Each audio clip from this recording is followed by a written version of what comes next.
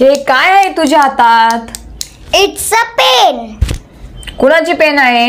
It's my pen. ओ, तुमच्या लक्षात आलाच असेल मागच्या 4-5 दिवसांचे व्हिडिओ जे मी टाकले डे 1, डे 2, डे 3, डे 4 त्यामध्ये आपण बघितले की ॲमिजार कुणासोबत वापरायचा, त्याचप्रमाणे काउंटेबल अनकाउंटेबल नाउन्स हे आपण सगळं कव्हर केलं. आज आपण एखादी वस्तूला इट्स अ पेन म्हणजे एक कॉमन पेन झाली म्हणून आपण अ लावला, पण जर आपल्याला आपली मालकी दाखवायची असेल इट्स माय पेन तर तेव्हा आपल्याला अ किंवा ॲन लावायची गरज पडत नाही. तर असा आपण अगदी 0 लेवल पासून अगदी बेसिक पासून कोर्स स्टार्ट केलेला आहे आणि आजचा हा डे 5.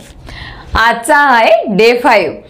तर काय आहे, हे पूर्ण 30 डेज पर्यंत पूर्ण बेसिक राहील, त्याच्यानंतर इंटरमिडिएट आणि त्याच्यानंतर ॲडव्हान्स असा पूर्ण 90 दिवसाचा हा कोर्स आहे जो की मी रोज एक व्हिडिओ घेऊन येत आहे. डे 1, डे 2, डे 3, डे 4 चारही व्हिडिओची लिंक डिस्क्रिप्शन मध्ये दिलेली आहे, जाऊन नक्की बघा.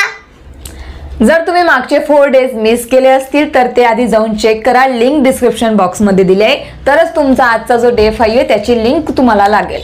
आपण हा कोर्स खूप अगदी 0 लेवल पासून स्टार्ट केलेला आहे. बेसिक, इंटरमिडिएट आणि ॲडव्हान्स असा 90 डेजचा हा कोर्स आहे. सो प्लीज एकही दिवस मिस करू नका, पूर्ण डेज कंप्लीट करा. मला खूप दिवसापासून कमेंट्स येत होत्या की मॅडम तुमचा कोर्स आहे का, तुम्ही रेग्युलर क्लासेस घ्या, स्टेप बाय स्टेप शिकवा. तर हाच तुमच्याच रिक्वेस्टचा मान ठेवून मी हा कोर्स स्टार्ट केलेला आहे. सो प्लीज नक्की बघा, पूर्ण बघा, समजून घ्या आणि तुमच्या फ्रेंड्स फॅमिलीमध्ये शेअर करा. तर आतापर्यंत आपण बघितलं की ॲमिजारचा यूज आणि हो सर्वात महत्त्वाचं म्हणजे आपण हा जो कोर्स आहे तो आपण ग्रामरमध्ये न उलगडता करत आहोत, ग्रामरमध्ये नाही अडकत आहोत. आपण स्टेप बाय स्टेप आपल्याला इंग्रजी बोलायचं शिकायचंय. लक्षात घ्या, विराट कोहली, सलमान खान हे काही जास्त शिकलेले नाहीये, 10वी 12वी ते झालेले आहेत, पण इंग्लिश किती कॉन्फिडंटली आणि फ्लुएंटली बोलत असतात.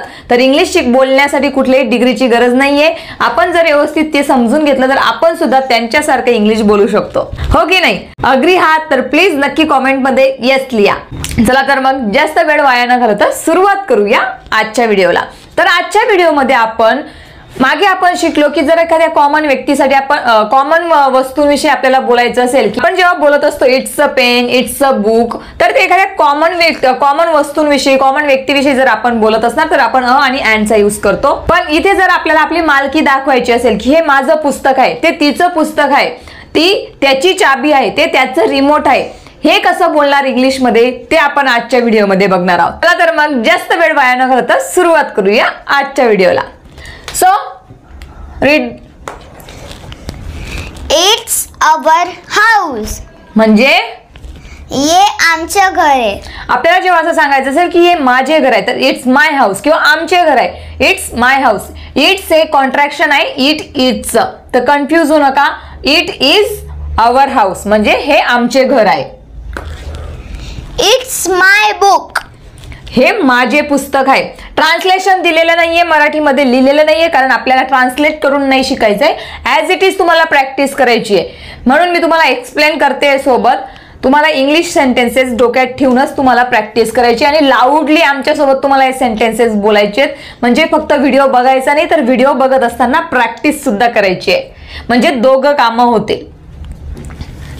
इट्स देअर डॉग हा त्यांचा कुत्रा आहे. It's their dog. It's his pen ही त्याची पेन आहे. It's charger it's charger. नवीन रीड कर, व्यवस्थित बघून रीड कर, लक्ष देऊ. It's charger. तर आता आपण बघितलं त्याचे, तिच्यासाठी आपण काय लावतो, आमच्यासाठी अवर, माझ्यासाठी माय, त्यांच्यासाठी देअर, त्याच्यासाठी हिज, तिच्यासाठी हर. पण जर एखाद्या निर्जीव वस्तू बद्दल आपण बोलत असणार, टीव्ही, रिमोट, चार्जर, तर त्याच्यासाठी आपण लावत असतो इट्स म्हणजे त्याचे. आणि इट इज हा जेव्हा इट इजचं कॉन्ट्रॅक्शन लिहिलेलं असतं तेव्हा इथं हा ॲपॉस्ट्रॉफी दिलेला असतो म्हणजे ते इट इज असतं, आणि विदाउट ॲपॉस्ट्रॉफी म्हणजे ते इट्स म्हणजे त्याचे. तर हे त्याचे चार्जर आहे. जर आपल्याला बोलायचं असेल हे याचे चार्जर आहे तर तुम्ही काय बोलणार, इट्स चार्जर. देवी इज बिपासा's बेबी. देवी ही बिपाशाची बाळ आहे, बिपाशाचे बाळ आहे किंवा बिपाशाची मुलगी आहे, तेव्हा तुम्ही बोलू शकता Devi is Bipasha's baby. He is her brother. तो तिचा भाऊ आहे. तर बघा, हे इथेच आपण चुका करत असतो. हेच बेसिक आपल्याला माहित नसतं आणि आपल्या बोलताना मिस्टेक्स होत असतात. तर जास्तीत जास्त प्रॅक्टिस करा, मोठ्याने बोला ही सेंटेन्सेस, तरच तुमची प्रॅक्टिस होईल. आणि हो, मी नेहमी सांगत असते की जेव्हा आपल्याला एखादी गाडी शिकायची असेल तर आपण त्या गाडीविषयी कितीही व्हिडिओज बघितले, कितीही गाडींचे फोटोज बघितले, ते बघून कधीच आपण गाडी चालवायचं शिकत नाही. आपल्याला गाडीवर बसावंच लागतं गाडी चालवण्यासाठी. त्याचप्रमाणे तसंच सेम इंग्लिशचं आहे. जर तुम्हाला इंग्लिश बोलायची असेल तर बुक्स वाचून, व्हिडिओज बघून फायदा होणार नाही. तुम्हाला ते एक्झॅक्टली बोलावं लागेल, प्रत्यक्ष बोलायची प्रॅक्टिस करावी लागेल, तरच तुम्ही इंग्रजीमध्ये फ्लुएंट होऊ शकता, तरच तुम्ही तुमचा कॉन्फिडंट आत्मसात करू शकता. तर त्याच्यासाठी तुम्हाला ही सेंटेन्सेस शिकायची आहेत. आणि प्रॅक्टिस कुणासोबत करणार? मॅडम, आमच्यासोबत तर कोणीच नाहीये प्रॅक्टिस करायला. तर त्यासाठी मी भरपूर ॲप्स सजेस्ट केलेले आहेत. तुम्ही जर चॅनलवरती नवीन असणार तर सगळे व्हिडिओज मागचे बघा. तुम्हाला तिथे ॲप्स सुद्धा सजेस्ट केलेले दिसतील. त्या ॲप्सवरती जाऊन बोलायची प्रॅक्टिस करा. मेन फोकस तुमचा प्रॅक्टिसवरती द्या. चला तर मग पुढे बघूया. You are my uncle. तुम्ही माझे काका आहेत किंवा अंकल आहेत. I am its owner. मी त्याचा मालक आहे. It's my sister's school. ही माझ्या बहिणीची शाळा आहे. Suwani's videos are interesting. सुवानीचे व्हिडिओ मजेशीर असतात की नाही? हो की नाही ते आम्हाला कॉमेंट मध्ये नक्की सांगा. She is not my sister. ती माझी बहीण नाही आहे. आणि जर असं बोलायचं असेल ती माझी बहीण आहे. She is my sister. Next. This is my pencil. ही माझी पेन्सिल आहे. That is my pencil. This is my pencil. That is your pencil. म्हणजे ही माझी पेन्सिल आहे, ती तुझी पेन्सिल आहे. जर एखादी वस्तू जवळ असेल तर त्याच्यासाठी आपण दिस वापरतो आणि लांब असेल तर त्याच्यासाठी दॅट वापरतो. हे झालं एका वस्तूसाठी. पण जर वस्तू अनेक असतील तर दिस. These are my books. Those are my books. These are my books. ही माझी पुस्तकं आहेत. Those are my books. ती माझी पुस्तकं आहेत. म्हणजे जवळ असतील तर दिस आणि लांब असेल तर those. I am here. मी इथे आहे. They are there. ते तिथे आहेत. तर इथेसाठी आपण यूज करतो हिअर आणि तिथेसाठी आपण यूज करतो There. There. I am not there. मी तिथे नाही आहे. My uncle is not my mother's brother. माझे अंकल माझ्या आईचे भाऊ नाही आहेत. आता तुम्हाला लक्षात आलं असेल, जेव्हा आपल्याला एखाद्याचं नाव घेऊन बोलायचं असेल की ही त्याची आहे, ही सुवानीची आहे, ही अक्षयची आहे, ही सोनूची आहे, ही मोनूची आहे, तर आपण ते लिहित असतो ही आईची आहे, ही पप्पांची आहे. असं जेव्हा लिहित असतो तेव्हा आपण ॲपॉस्ट्रॉफी म्हणजेच असा कॉमा देत असतो, जो तुम्ही इथं बघितला असेल. त्याचप्रमाणे इथंही बघितला असेल. ह्या छोट्या छोट्या टिप्स आहेत, इथं आपण चुका करत असतो, ते आपल्याला लक्षात घ्यायचे आहेत.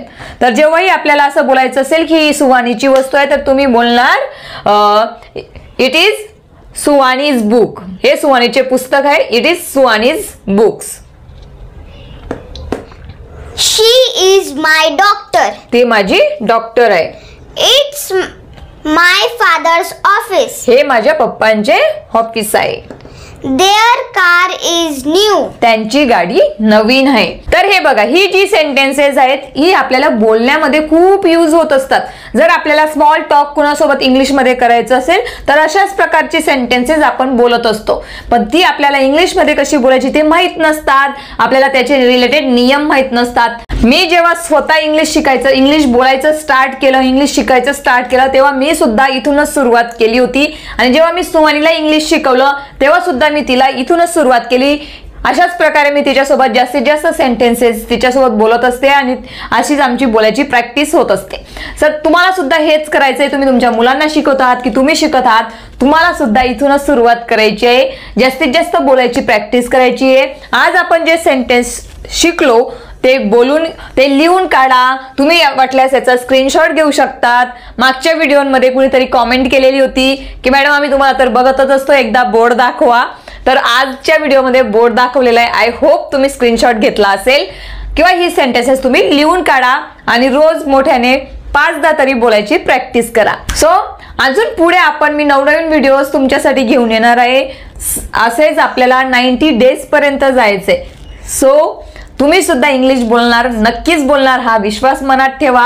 आणि हा व्हिडिओ पूर्ण बघितला त्याबद्दल तुमचे आभार. तर आता हा व्हिडिओ लाईक करा, तुमचे कॉमेंट करा, तुमचे मत कळवा आणि हो जास्तीत जास्त शेअर करा तुमच्या फ्रेंड्स फॅमिलीमध्ये. पुन्हा भेटूया अशाच पुढच्या व्हिडिओमध्ये.